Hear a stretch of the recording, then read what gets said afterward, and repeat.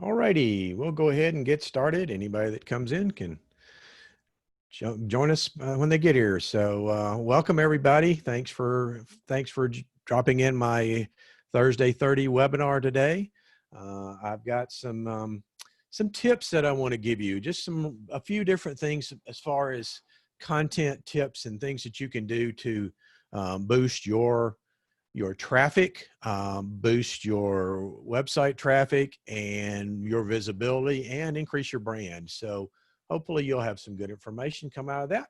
And so let me go ahead and share my screen.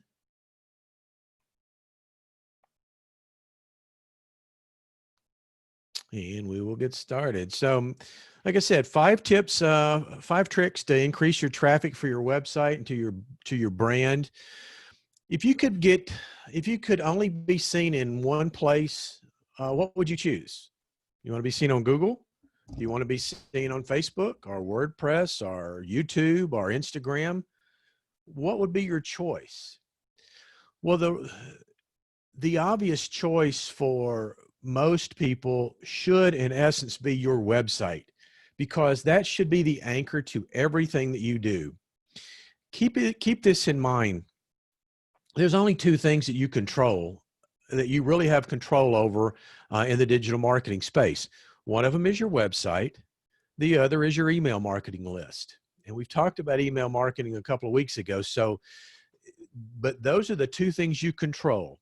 If you think that putting all your effort into Facebook is worthwhile, and all of a sudden they make a serious change, what are you going to do? I mean, what can you do? I've seen businesses literally lose thousands of dollars of revenue every month because of changes that were made to the social media platforms.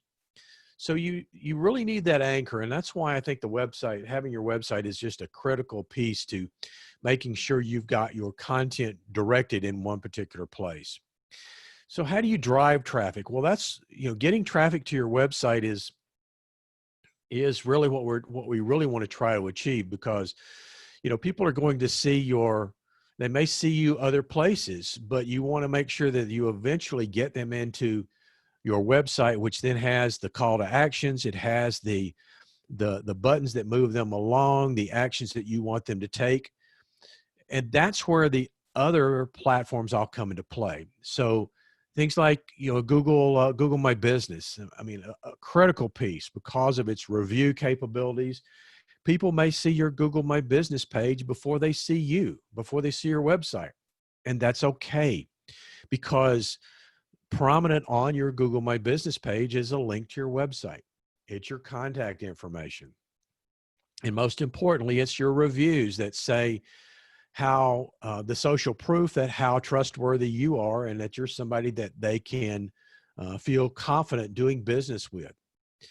Your social media sites should all build your brand. It's not easy to try to sell on social media sites, really, to try to direct traffic from there.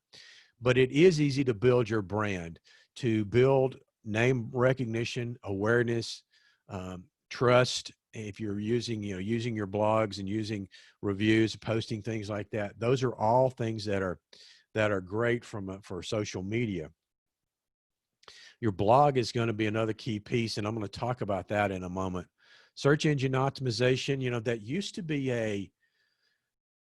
to be a pretty complex science, because there used to be certain formulas that you had to adhere to for your website. Things like frequency of keywords and having keywords in meta tags and those types of things. It has moved probably 180 degrees since the early days of SEO. I used to see a lot of gurus that would talk about the things they would do, the algorithm changes, and the with Google, and the content changes, and certain formulas and things like that, strategies. Now most of the companies that offer SEO services, search engine optimization services, if you really talk to them, what they're doing is they're going to sell you a package of search engine marketing, pay-per-click advertising, because that's what you can do. That's really the, the old days of being able to really have some tricks and techniques are gone. So all of these things will drive traffic to your website, and that's important. That's really what you're wanting to achieve. But really, the most important thing is, how do we build that content traffic that we're looking for? Google loves content. Again, we don't have to worry so much about specific algorithms and the keyword frequency and weighting on a page and those types of things, because a lot of that technology is old. I had somebody yesterday ask me, something about, she said, well, all you need to do, right, is just put a bunch of meta tags in your, put a bunch of meta tags in, right? And I went, nope, doesn't work anymore. That's old technology. That's not anything that Google uses now. The only meta tag that Google gives any weight to is the header, the title of the site. Anything outside of that is used in other places, but it's not used to get your site ranked any higher. So for the most part, I don't give much credibility or much thought to keywords anymore. They're there and I have them, but I don't worry about it. Content is the new search engine optimization key. And that's really hard. And that's bad news for a lot of people, because it's like, oh my gosh, you mean I have to create more than I've done for the website already? Believe me, it's like pulling teeth trying to get people to give me content for a website. Working on one right now for a particular client. And I got a bio, an about us page and a bio. That was pretty much all I was given. And I ended up creating content for for multiple pages, because I knew the industry and I was able to do that. But it's so difficult for people to create content. But you start with, what does your audience want to learn about? So what do you think your audience needs to know? What are some topics in your industry that it would be nice if they knew? What do you wish that they knew, or what do you wish they asked even? Because we get so wrapped up in our business that we think everybody knows what we do and what it's all about. And it's not the case. We really need to be finding out what people want, and in relationship to our industry, find out what they want, and then how can we solve their core problems or challenges. One thing you can do is use a one-question survey. And so we just create a survey. What do you want to know more about blank? About real estate, about marketing, about investing? What do you want to know more about? And then ask that question you can create a free survey like Google Forms or SurveyMonkey or something like that. Your email marketing programs will also have that. But create a free survey and then post that everywhere you can. Post it in an email, send it out in LinkedIn and Facebook. Post it to any place, groups that you might be part of within social media sites. Post that everywhere that you can, so that you start getting the feedback for what do people want to know. Once you have that, then once you have that knowledge of what they're looking for, now you have their pain points, you have their challenges, and now you can start crafting information that answers a solution. We get so wrapped up in, I don't know how to write, I don't write well, I don't like to write. It takes me back to my high school days, all those kind of things. And I understand that. And it's true. But if you'll think about it, if a new prospect sat down with you and said, let's say, use me for an example. They sat down with me and they said, so can I just create a website with Wix or Weebly, one of those freebies? Won't that do the same job as having somebody build it for me? If somebody asks me the question, I'm going to answer it, and I'm going to answer it in pretty much in detail, because I'm going to tell them everything that I know about that particular topic and my perception of how that works and what they need and how effective marketing works. Well, if I do that in a verbal manner, why can't I put that on paper? That's really what we're trying to achieve is, we just need to not get so caught up in the fact that we've got to write something, but we've got to all we need to do is transfer the information that we already are sharing verbally onto paper or in digital, because if one person's asking you that question, how many hundreds others are looking for that same answer? So blogs can expand your visibility beyond your website. So if you're writing a blog article, you can share that out on not only just social media sites, but there are social bookmarking sites, Quora, Reddit, to name a couple. Those give you a great tool, a great place to be able to expand your view. And one of the key tricks in your blog, always, always, always end your blog with what I call a resource box. And by resource box, what that has is your web address and a brief paragraph about you and what you do. So have that resource box in there, because you don't know where people are going to see your content. And if they see it somewhere, just from an article you post someplace, then they can follow that link back to your website and go, wow, this person really knows what they're talking about. They're really an expert in this area. So blogs extend your visibility. It lets you demonstrate your expertise, as I was saying. So you don't have to tell people how great you are. If you give them a ton of good information and value content, they're going to know how good you are and want to do business with you. And I use this analogy. Assume you've got assume you've been diagnosed with some serious illness.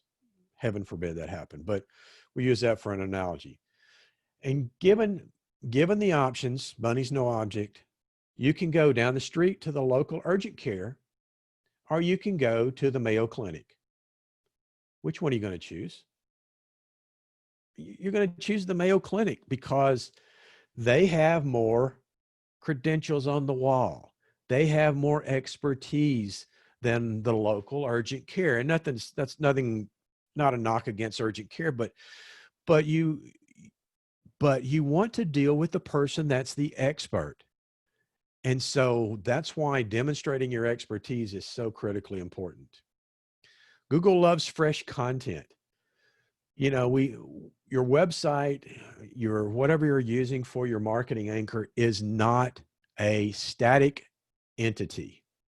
It should not be got my website done, brush that off my list, and I'm good to go. No, it needs to have continually added content. Having that fresh content keeps Google coming back. And the one thing you want is Google visiting your site on a regular basis. The other thing I like to do is I like to write like I talk. I don't want to be speaking or writing in some, formal thou shalt not terminologies, but I want to write like I talk, so that if people read my content and then they meet me in person, they go, oh yeah, I like the stuff you do, because they connect. One more little tip on that same vein. Write like you're talking to one person. That's all you're talking to. Your content is directed at one person. And so if you write like you're talking to that individual, it's going to be a whole lot more effective than if you're trying to appeal to the masses. And I use a lot of my verbiage in my posts, use a lot of you and your problem, and I help you solve your problems. I create everything where it's talking to one person, so that they feel like they're being talked to. They feel like they're being a conversation, not lectured at.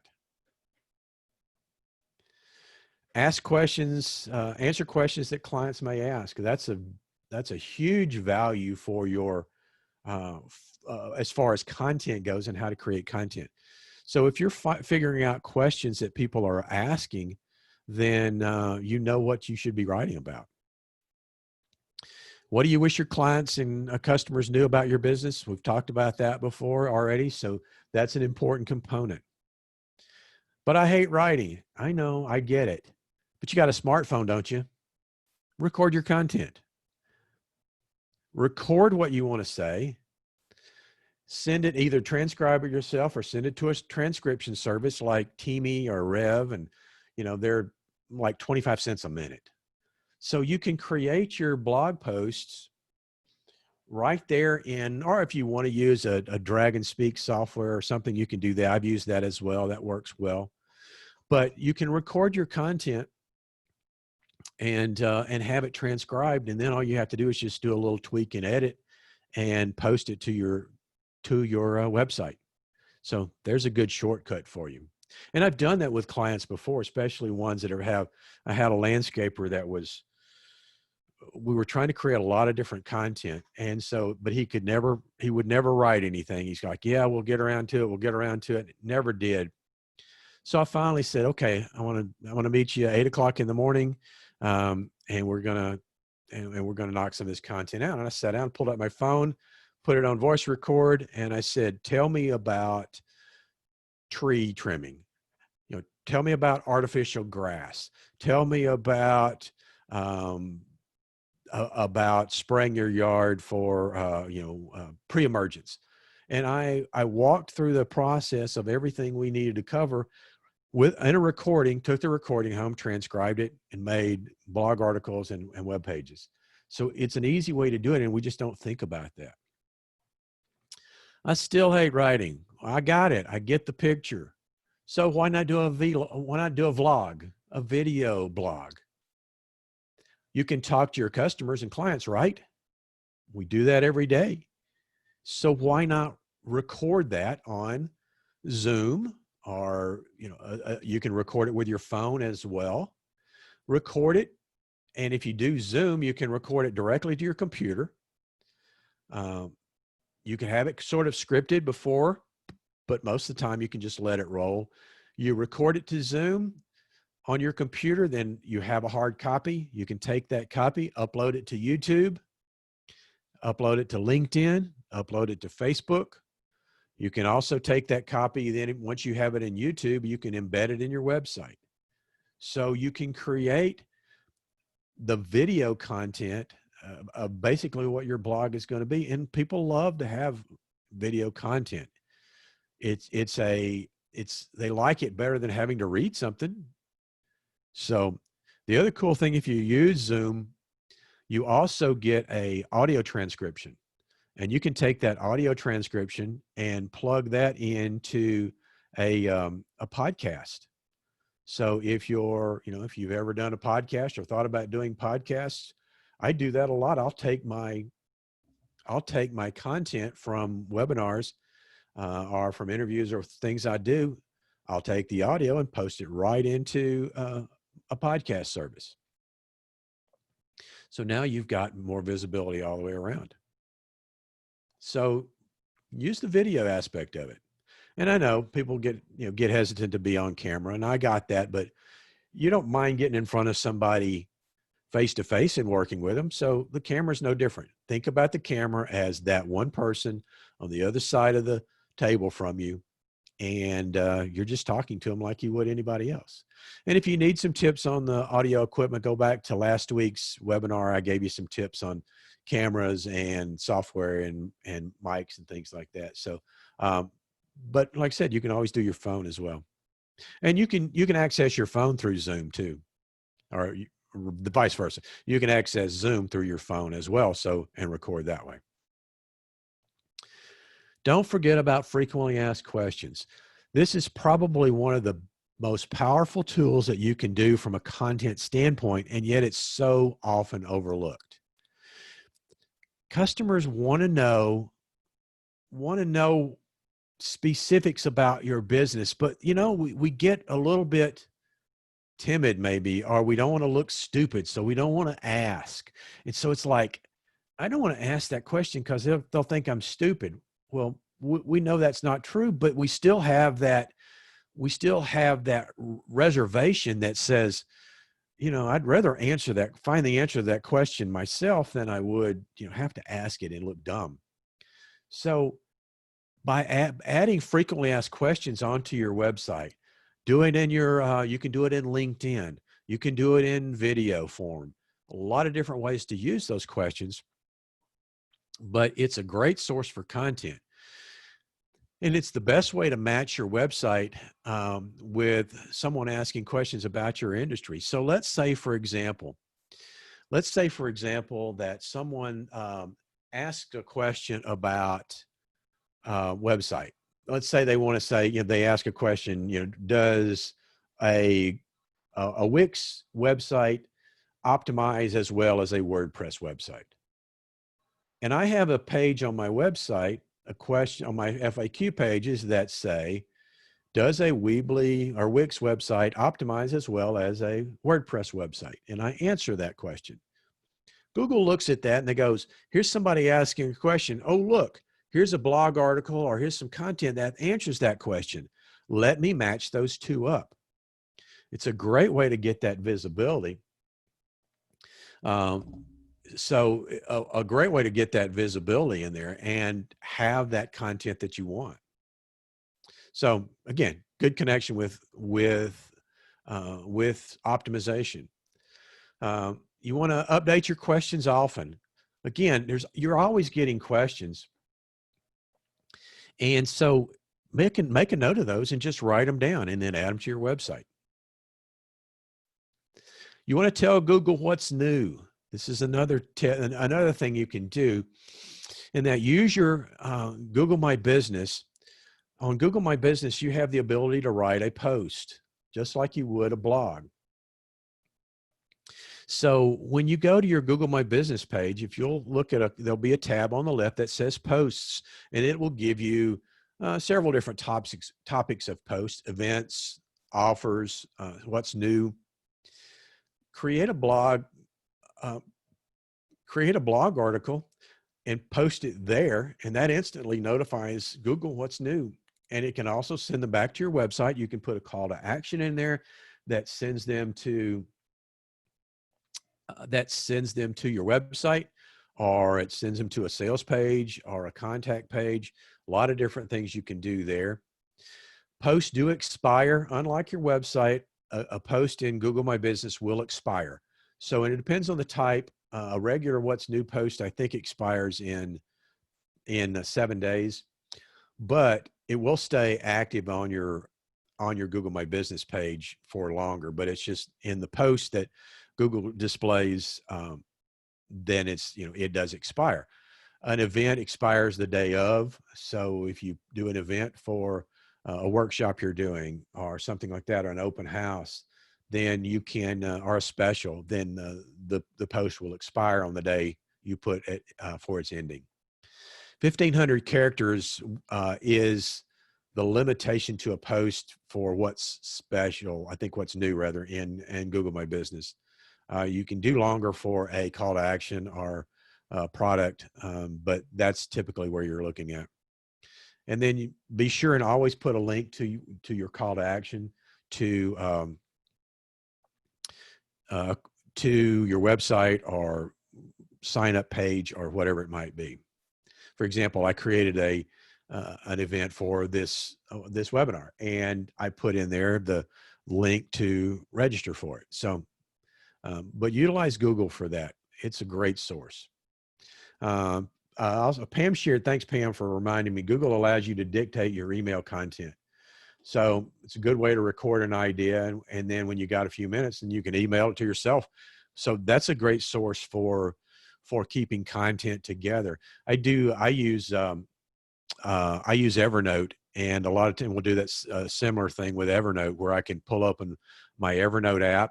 I'll record it as I'm driving across town. I'll record something I want to think about and flesh out for ideas, and then I'll come back to the office, and when I've got a few minutes, I'll put it together and create my content.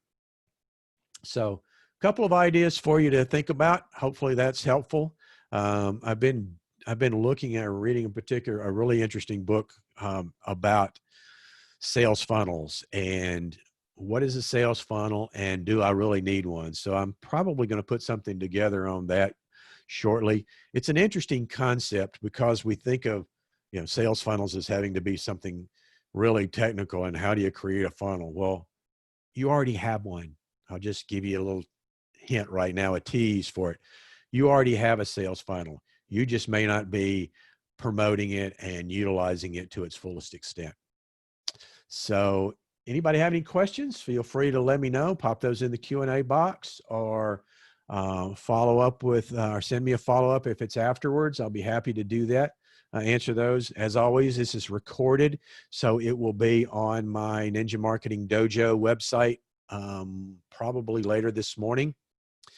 And that way, and I also did it on Facebook Live. I think it recorded on Facebook Live. So if you know somebody that you think might have find this useful, feel free to share that. It's on the 800 Biz Ninja Marketing Facebook page. So hope you guys have a great week, rest of your week, great weekend. Stay cool, and we will see you guys next week.